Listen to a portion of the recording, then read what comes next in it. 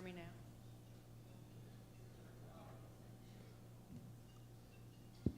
It's on. It's on.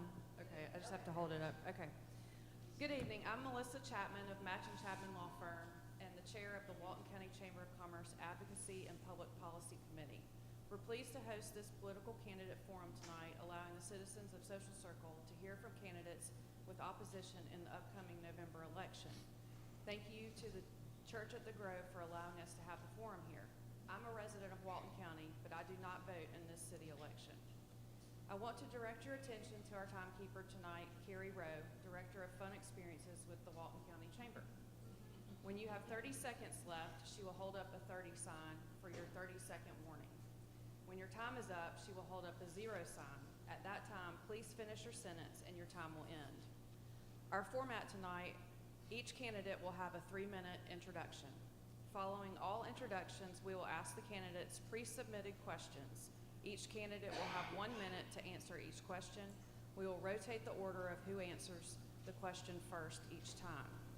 Following the questions, each candidate will have a 2-minute closing, which can also be used for rebuttal if needed from another candidate's answer to the question or questions. We will begin, as you can see, with the Social Circle city election. The mayor, David Keener, has no opposition, and District 2 City Council member Tyson Jackson has no opposition, so they are not participating tonight. District 4 City Council members John Griffin Miller and incumbent Joseph Steve Shelton are seeking election for this District 4 seat. After these candidates go, we will take a 5-minute break when this portion ends to transition into our school board candidates. So, are you ready? Yes, ma'am. Okay.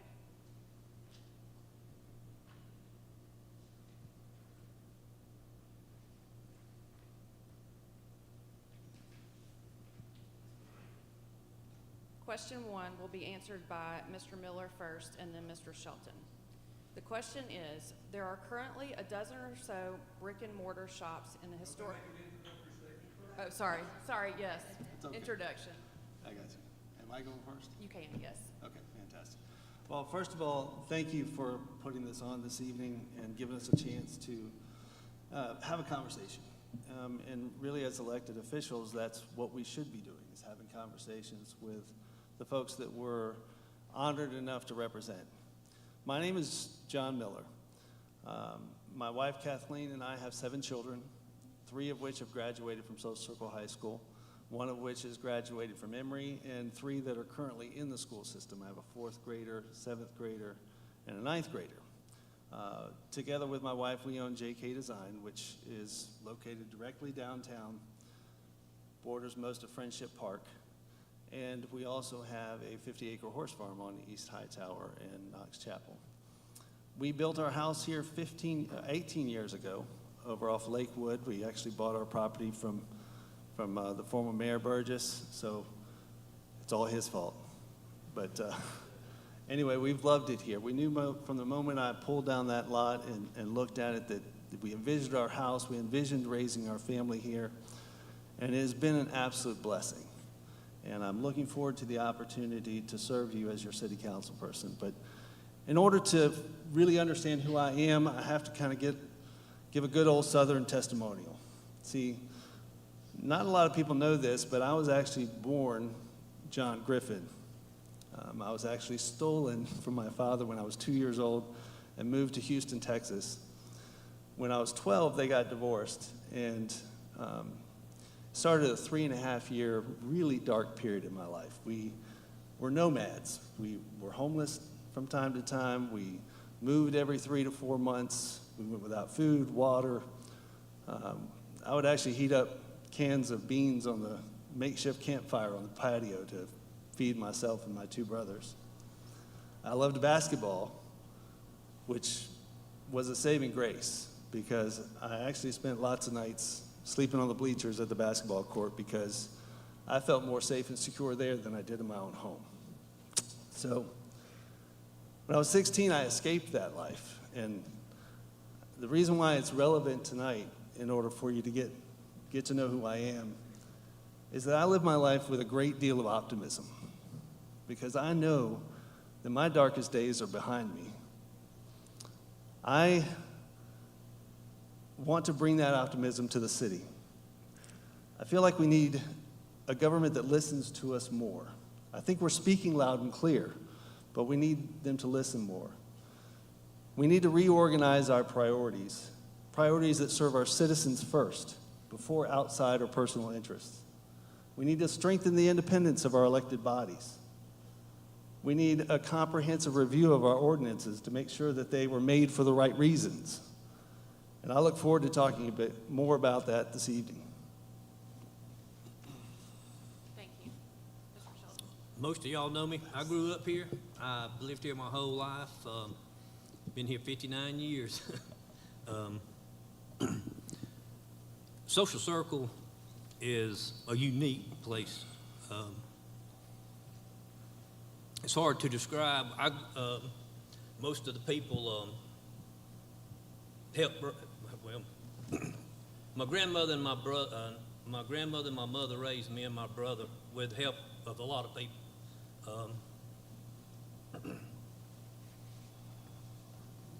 And I've always loved Social Circle. It's always been a home. I've worked here my whole life. Yes, I probably could have went somewhere else and might have could have done better. I'm not rich. I work hard every day, and I serve the citizens, and I'm honest about what I do. I don't hide anything. If you ask me, I'll tell you the truth. It might not always be what you want to hear, but it'll be the truth. I'm not always going to make everybody happy on the decisions that I make, because I look at what's best for the city, not necessarily what's best for me, myself. It's what's best for the city as a whole, citywide.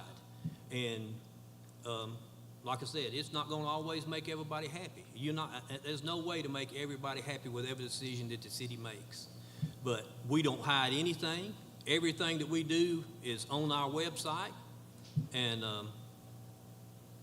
I look forward to being able to serve you for 4 more years. Okay, thank you. Question 1. There are currently a dozen or so brick and mortar shops in the historic district of downtown Social Circle. These business owners are dealing with high overhead costs. Some struggle daily to keep their doors open. Recently, a mobile meat trailer has set up in downtown with little to no overhead cost. This mobile operation is selling very similar products as a neighboring storefront. Many see this mobile operation as unfair competition to the existing shops. How can you help protect the existing brick and mortar shops from such unfair competition? Mr. Miller, you go first. Well, I'm very excited that this is the first question out of the box, because it speaks to the real reason that I feel like they're not listening to us. Number one, if you are a big, nameless, faceless company, then you're coming into town. Our current city government will roll out the carpet for you. Not only will they do that, but they'll actually override planning and zoning's recommendations and give them special breaks on ordinances and zonings and setbacks that the rest of us have to follow. Whereas if you are a homegrown Social Circle business and don't have hundreds of thousands of dollars, there is no path for you. I am there trying to create a path. Now, the mobile meat trailer is following all of the local ordinances. They actually called the city attorney to make sure that they were following all the ordinances. So the way we fix this is give the farmers market that the city council and mayor resolved back in 2017. If we had the farmers market, that's where the meat trailer would be. Thank you. Mr. Shelton. Well, we have an ordinance, and we are looking at it again because they found a loophole in the ordinance. And that's how that's how this is going on. But neither here nor there. I don't think that we should bring people in to necessarily compete against the brick and mortar businesses. If it is, it should be on a limited basis and not every day of the week. It should be, say, 12 days a month. 12 days a year. And I just don't think it's right for somebody that's paying taxes and invested in a building to have competition that's not paying taxes and didn't invest in a building. Thank you. Second question, also about the downtown Social Circle businesses. What do you plan to do to attract more businesses to downtown Social Circle and to attract more customers to these businesses? Mr. Shelton, you go first. Well, I've talked to a couple of the building owners that have some of the vacant buildings and asked them if they were willing to rent them. And I got some good response from that. There's really not a whole lot the city could do because we can't use public money for that. The DDA has some money that they can help in small ways, but as far as the city council going out and getting businesses to go in those buildings, unless they come to us, I mean, the development authority or somebody like that could, but for us, it's just, I don't see how we could do that. Mr. Miller? Well, again, if you create a path for homegrown social circle businesses, they make it so difficult that most of them give up. You know, we own the house right across from Ace. 4 years ago, we started renovating it because we had several different concepts that we were trying to do. And at the end of every single one of those roads and paths that they laid out before us, when we got to the end of it, we got, I'm sorry, you can't do that, that we've changed that ordinance, we've changed that rule. And that's the same thing that every small business, homegrown social circle business comes up against. Now, if there was a path for them, we could fill up those shops. But there is no current path. They make it so difficult unless you're a big company coming in from out of town, then we'll roll out and we'll ignore planning and zoning when they recommend against variances. And then those variances go with the property to whoever they sell it to. No. It's absolutely true. You know, it ain't right. Please address the It is audience true. and not each other. Question 3. On city council, you have one vote. This means that sometimes the will of the council might not go with your decision. How would you handle these situations? Mr. Miller, you go first. Well, first of all, you have to build consensus, okay? We have a situation where we have 3/4 of the city council has voted in lockstep for as long as I can remember. I would really like to have some diversity of thought on city council so that we could create some situations where our mayor can weigh in on subjects. I can't remember the last time that he was able to weigh in on a situation. So that's number one. Number two, there's other elections that are coming up next year. I'm hoping that when we win this election, that they might get the idea that, hey, they should start listening to the folks in town as well. Mr. Shelton.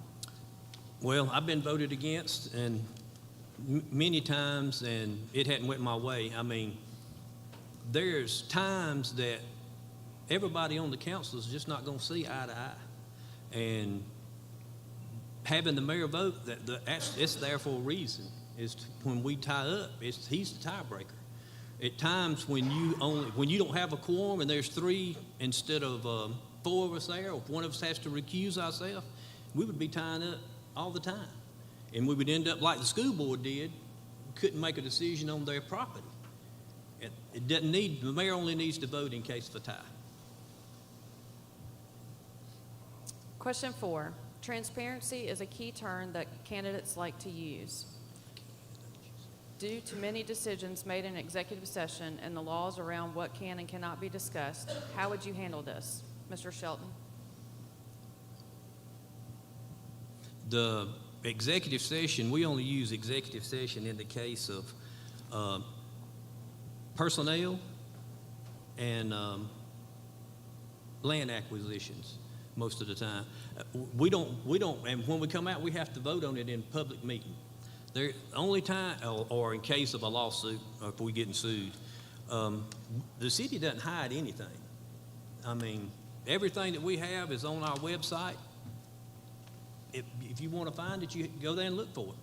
I mean, you can't expect a public servant to call every person in the district and let them know what's going on. And that's why the city has a web page and we post all that stuff on there. Mr. Miller. Well, obviously, this is a pretty key issue here because the sense in our town is that there's a handful of folks behind closed doors making most of the decisions. And we don't find out about it until the decision's already made. And then they very excitedly come out and say, look what we've done.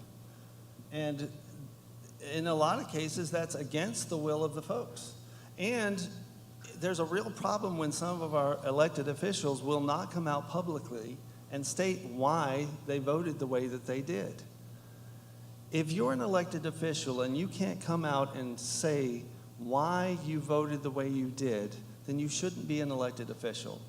We have a responsibility to be open and honest with the people that we represent. And if I'm elected, you can guarantee that you will get not just part of the answer, not part of the answer that supports my argument, but you'll get the entire truth, the entire picture as to what went into our decision. Thank you. Question 5, please describe your past involvement with the City of Social Circle and why you are the best candidate for this seat. Mr. Miller. Well, number one, I built a house here. I am a homegrown social circle business. And to be honest, we built it in our basement on 2 card tables. We've built it into a multi-million-dollar company. But the truth of it is, we wouldn't have made it out of the basement if it wasn't for social circle icons like Benny Ray Anderson and Noel Deal, who, when the city was giving us such a hard time, interceded on our behalf. And I feel like I have an obligation to the next group of social circle homegrown entrepreneurs to give them a shot to come and fill some of these businesses downtown, to have them bring the type of development that we want. Because these big companies that they're bringing in right now don't know what makes Social Circle special. The economic development we need is businesses that are from here that understand why we're special, and they want to add to that, not make it unrecognizable. And the course we're on right now will make Social Circle unrecognizable. Mr. Shelton. Well, what I think is that I've worked in just about every department that the city has at some point during the 25 years I worked there. And I intervened on Mr. Miller's behalf when they were having trouble with the city to help them get through the process when they were having trouble. So him saying that the city doesn't help businesses that's not so, because I was on the council at that time, and the city's not out to stop anybody from having a business that wants to have a business. There's rules and regulations that has to be followed, and we can't pick and choose who follows the rules and who doesn't. Thank you. Question 6, if there was one thing you could help change for the City of Social Circle, what would it be and why? Mr. Shelton. I can't hear it. I'll have to read it. You want me to read it again? If I could change one thing in Social Circle, what would it be? I would change it back to the way it used to be about 20 years ago. But I can't go backwards. The way Social Circle was when we grew up is most of the people in this room don't know Social Circle. I mean, I used to know everybody that lived on every street. Miss Jessie Mae Lightfoot, she used to get on to us. I mean, we knew everybody. And it's not like it anymore. I mean, I'm out campaigning and I might know a third of the people that I used to know, and I used to know everybody.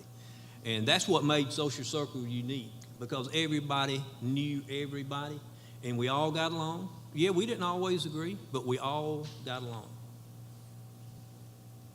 Mr. Miller. One of the biggest things that I would like to change in Social Circle is we have a situation right now where you have 2 citizens. One citizen wants to do something and they do it. Another citizen gets upset and they go to the folks that they know in the city, who then write an ordinance that then restricts the entire town. Sometimes the best ordinance is no ordinance at all. Sometimes it's best to get those 2 folks into a room and say, hey, look, rather than restrict everybody in the city, let's come up with a solution that works for both parties. Right now, we've rewritten ordinances 3-4 times in the last 4 years. Lay out the rules, enforce them fairly. And then, because if you have to pick winners and losers, then everybody can pick, take the sign ordinance, for example. You can find all kinds of examples where you have one person who's not following the sign ordinance and one who is, And this person gets a phone call from City Hall and this one, and that's just one example. So that's what I would change. Okay, time for closing remarks. You will each have 2 minutes. Mr. Shelton, you go first. I disagree with some of the things that Mr. Miller has said about the city not wanting to help businesses and putting roadblocks in the way of businesses trying to come here. The city has, this lifeblood of the city is the businesses and the citizens. And that just doesn't make sense to say that the city doesn't want small businesses. I mean, that's just, I mean, I love Social Circle. I wouldn't change it for anything in this world. I don't want to live anywhere else. And Social Circle is my home, and it'll always be my home, whether I win this election or not. The election is not the most important thing to me about Social Circle. The citizens that live here are the most important thing. And if I can do anything for anybody, all they need to do is call me, and if I can do it, I'll do it. And that's all I got to say. Mr. Miller. Well, I mean, if we're helping businesses, we wouldn't have half the buildings downtown that are empty. There are plenty of local Social Circle businesses that would love to fill those storefronts. And so I think that if we have a more friendly environment for them to work in, that will definitely fill up our downtown. So I want to leave you with one final thought. Shortly after Rivian was announced, they had a forum where they brought in a consultant who was there, and they brought in all the boards, and the purpose was to get us all excited about all this new development and growth that we were going to have. That was the purpose. One of the first exercises they did is they took these little Post-it notes and they said, write what you love about Social Circle, write what you're concerned about, write about what what is special about Social Circle. And we all did that. We all did that. And we put up our little notes on the whiteboard. So picture a whiteboard, 75, 100 Post-its up there. And when the little moderator went up there and started reading it, you could see his face kind of change a little bit, because every single one of them except for 2 was some variation of I love my small town. I love my community. I love that I know my neighbors. That's what we're supposed to be working towards and protecting. And if you really search your conscience and ask yourself, is that what we're getting? If the answer to that is no, then you have no choice to make a change in this election. And that's why I'm running. I'm asking for your vote, because if you vote for me, I will work for economic development that understands Social Circle, that has connection to Social Circle, that wants to keep it the special place that you know and love. So I'm asking for your help. And you can do that on November 7th. Thank you, and have a good night, and thank you for putting this together. Thank you both. We'll take a 5-minute break, and then the school board candidates will begin.